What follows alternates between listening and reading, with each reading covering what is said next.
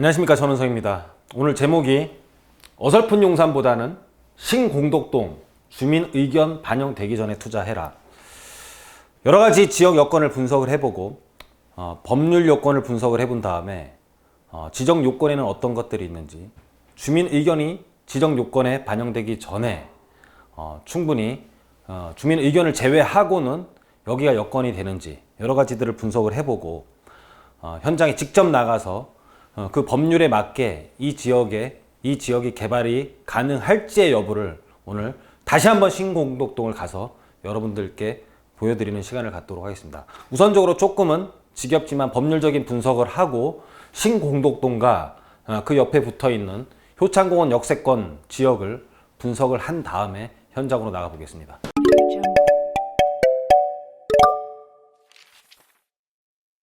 자, 조금 지겹지만 법은 알아야 돼요. 정비구역을 지정을 하려면 이건 도시및 주거환경 정비법인데 정비법이고요. 옆에는 시행령이에요. 그래서 이런 것들에 대해서 기본계획에 적합한 범위 내에서 노후불량 건축물이 밀집하는 곳에 정비계획을 결정하여 정비구역을 지정을 할 수가 있고요. 정비계획 위반 대상 지역에 어떤 것들이 포함되어야 되냐면요. 주거 또는 산업의 현황, 토지 및 건축물의 이용과 소유 현황도 알아야 돼요. 그러니까는 주민 또는 산업의 현황, 주거 또는 산업으로 이용되는지 여부, 그리고 산업으로 이용된다라면은 산업에 대한 여건이 얼마나 열악한지 이런 것들도 알아야 됩니다.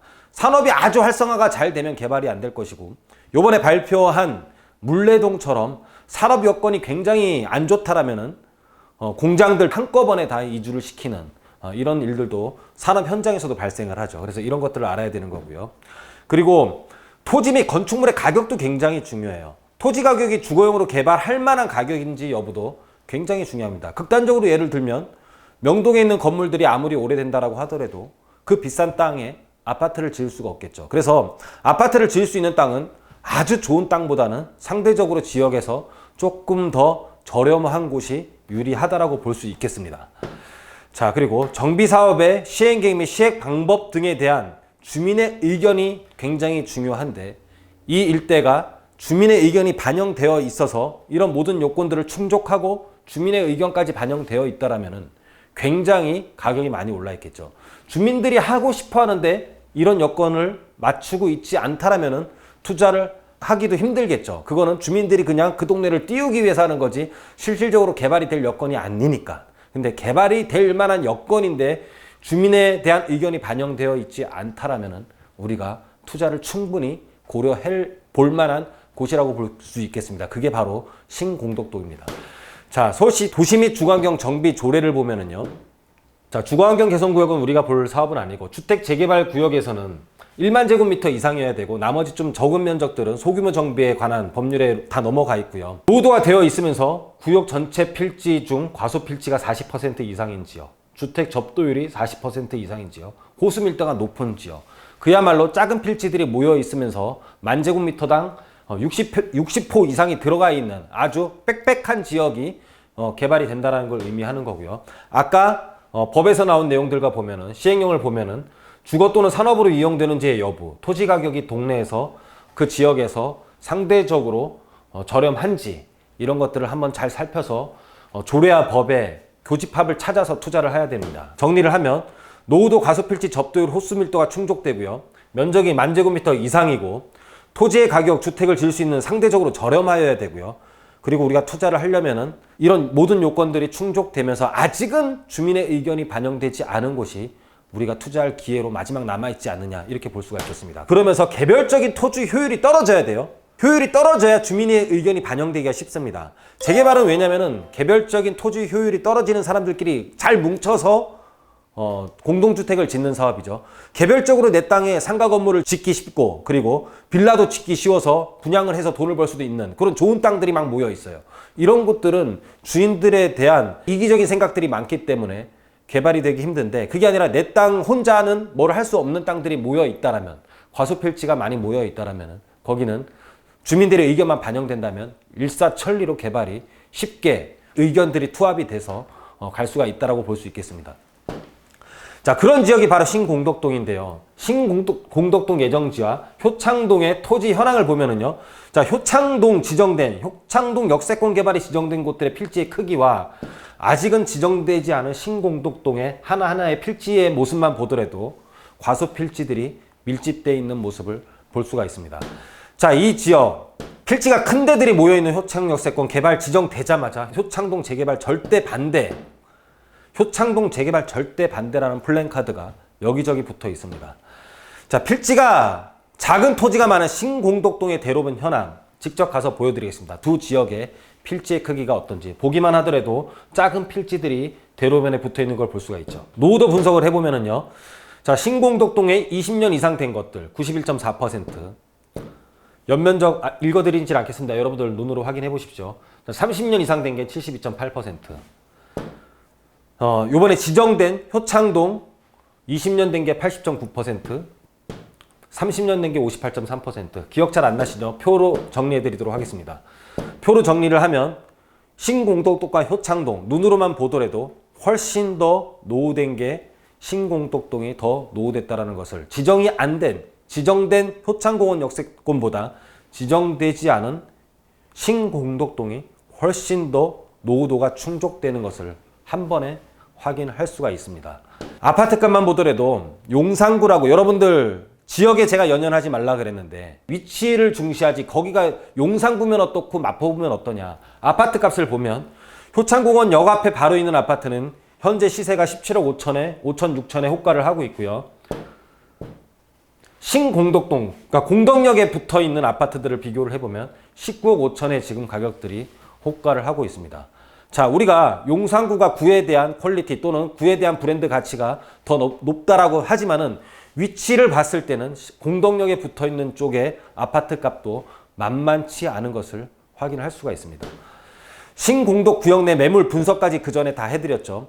현재 공덕역세권의 아파트가 19억을 호가를 한다지만은 우리가 일반 분양을 그냥 17억 정도에 한다고 가정을 했을 때 저희가 추천해드리는 소형 주택을 매입할 경우에 조합원 분양가는 2억밖에 안 되고 무려 11억 정도의 수익이 발생한다라는 것을 저희가 한번 전에 설명드린 적이 있습니다. 현장으로 가서 확인해 보도록 하겠습니다. 지금 제 오른쪽 정면에 보이는 아파트가 2019년에 준공된 효창공원 롯데캐슬 아파트예요.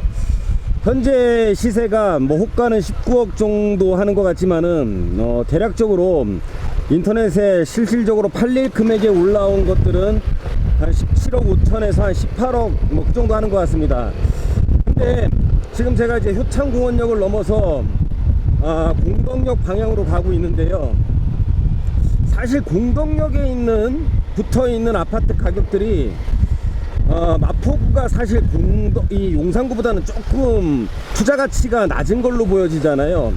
근데 아파트 가격이 사실 그렇지가 않아요. 그래서 마포구 자체도 이 용산과 붙어 있는 곳은 너무 지역적으로 마포구 용산구를 구별할 필요는 없는 것 같습니다. 지금 제가 있는 곳이 이제 효창공원역 사거리고요. 여기서 이제 조금만 올라가면은 용산 역세권 예정구역으로 지정된 곳이 나옵니다. 지금 여기는 스위첸 KCC 스위첸 아파트이고요.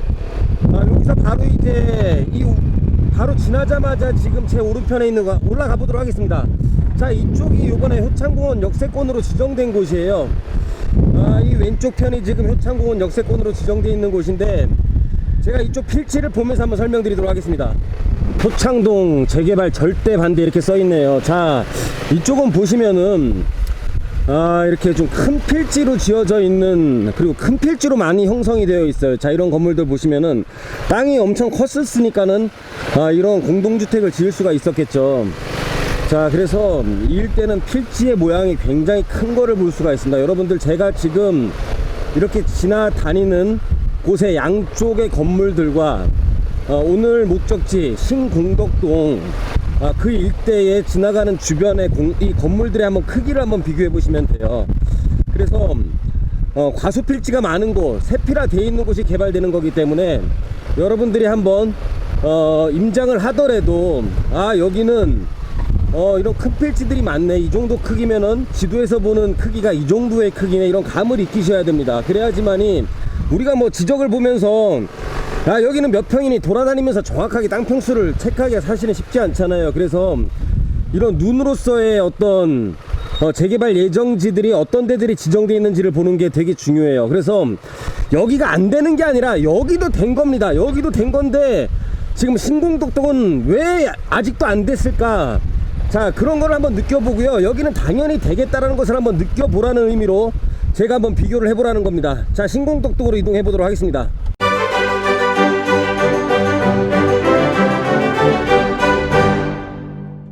효창공원 역세권 예정지역을 지나서 바로 마포구로 넘어옵니다. 지금 환영합니다. 마포구입니다. 보이고요. 자, 지금 정면에 번화한 곳이 공덕 역세권 주변이에요. 공덕역 주변이고요. 말씀드렸다시피 이쪽은 굉장히 지금 번화하죠. 자, 오늘 가는 신공덕동은 상대적으로 공덕역 가까이에 있으면서 굉장히 금액이 좀 저렴한 토지예요. 그래서 주민들이 이 저렴한 토지에 별로 할 게 없기 때문에 그냥 단체로 개발하자라는 의기투합만 된다면 결격 사유가 하나도 없는 곳이에요. 자, 계속 이동해 보도록 하겠습니다. 지금 여기는 한겨레 신문사 있는 데고요. 지금 여기를 넘어서 가면은 효창공원이 나와요.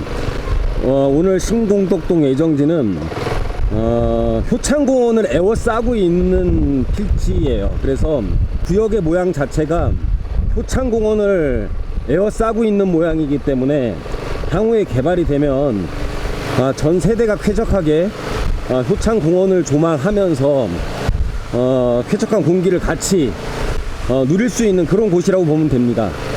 서울의 중심에서 효창공원에 붙어 있다라고 하면 여러분들 누구든지 간에 용산구라고 생각할 거예요. 그래서 이런 구에 대한 경계를 너무 중요하게 생각하지 마시고 그 지역, 그 매물이 속해 있는 입지의 특성이 어떤가가 훨씬 더 중요합니다. 그래서 여러분들 뭐 효창공원역에 붙어 있는데 여기는 용산구라 비싸고 바로 옆에 땅이 마포구인데 여기는 마포구라 아파트 값이 싸고 이런 건 아니라는 뜻이죠. 효창공원에 붙어 있다라는 게 훨씬 더 중요한 팩트라고 보시면 될 것 같습니다. 자, 계속 이동해 보도록 하겠습니다. 지금 쭉 이쪽 일대가 이제 효창공원 좌측편이요, 효창공원이고요. 이렇게 마을버스가 다니고 있고, 지금 제 오른편에 있는 곳, 이쪽이 지금 신공덕동 역세권 필지 중에 제일 큰, 그러니까 도로에 붙어 있는 제일 양호한 필지들이에요. 근데 이 안에 들어가 보면은 굉장히 노후된 걸 볼 수 있어요. 아까 효창공원 역세권과 비교해서 제가 한번 안으로 들어가서 어떤지를 한번 보여드릴게요. 한번 안으로 들어가 보도록 하겠습니다. 바꿔 틀기가 힘들어요.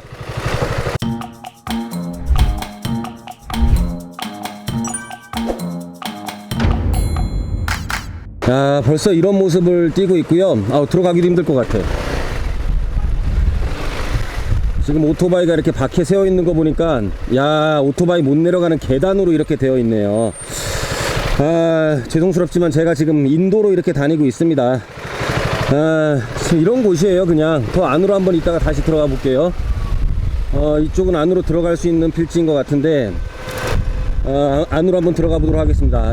아까 효창공원 역세권과 여러분들이 한번 비교를 한번 해보십시오. 심각한데요. 자, 차가 지금 한 대가 서 있으니까 저 어린이를 태운 차들이 못 빠져나올 정도고요. 이런 노후도를 띠고 있어요. 군데군데가 다 계단이 되게 많네요. 자, 다시 한번 돌아보도록 하겠습니다. 자, 지금 효창공원역 앞에 있고요. 정면이 효창공원역이고, 제가 있는 지금 요 건물까지는 용산구예요. 그리고 요 건너편 이 위쪽으로는 마포구입니다.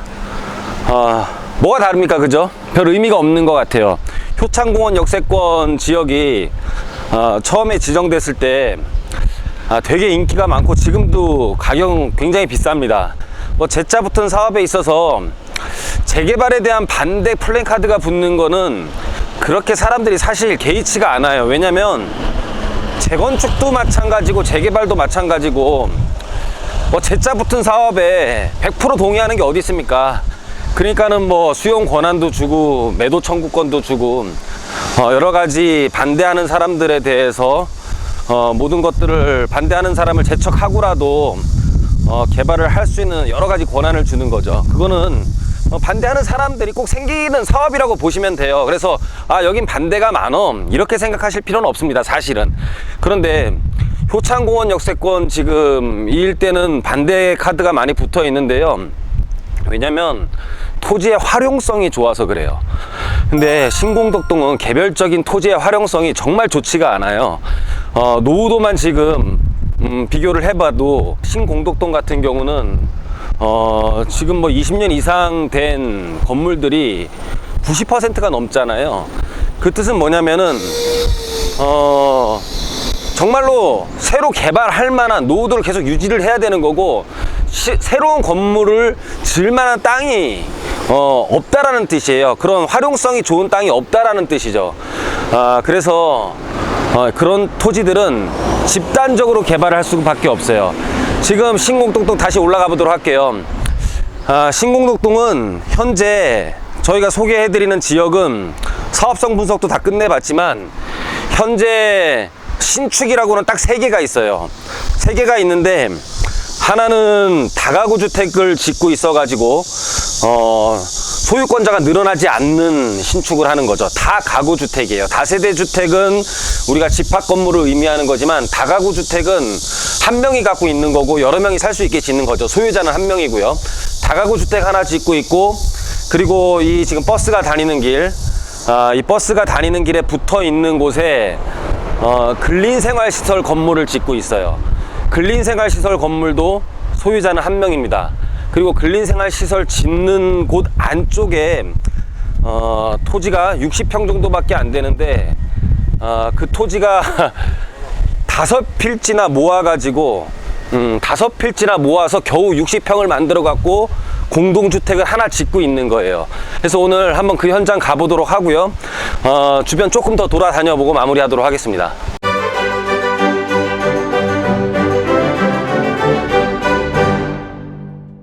자, 대류번에 이렇게 건물을 짓고 있는 게 있는데요. 참 이 땅도 되게 작은 땅이에요. 한번 보도록 하겠습니다. 뭐 건축 면적이 바닥이 97.01제곱미터 밖에 안 됩니다. 그리고 이 건물을, 이게 근생 건물이고요. 소유자가 하나죠. 새로 짓더라도 소유자가 하나인 거고요.